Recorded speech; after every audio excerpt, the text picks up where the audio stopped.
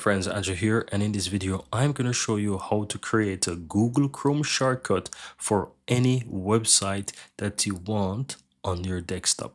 So all you have to do guys is simple go to whichever website that you want. So let me think. Let's take for example YouTube as an example. So if I type in youtube.com and I'm at youtube.com, let's say I want to create a Google Chrome desktop shortcut for youtube.com. It's very easy. All you have to do is simply click the three dots on the upper right hand side in your Google Chrome and go down to where it says save, cast and share, or cast, save and share rather. And once you hover over that, you want to go ahead and click and create shortcut. Once you click on that, you will have the option here to create the desktop shortcut. You can go ahead and you can rename it to whatever you want. So let's say I just wanted to say YouTube.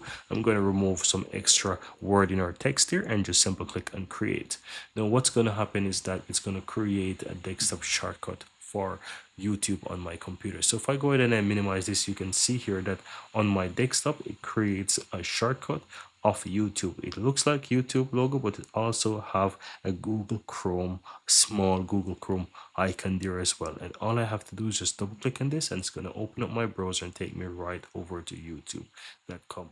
And that's how easy it is. You can do this for any website whatsoever. Let me take another one. Let's say I want to go to fcbarcelona.com and I want to create a shortcut for this.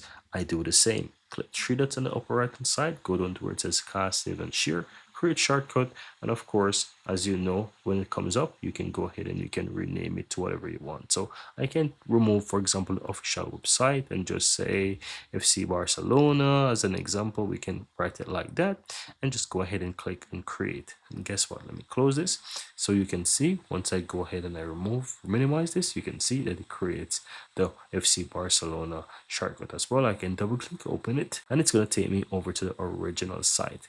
And that's it. Very easy and very simple.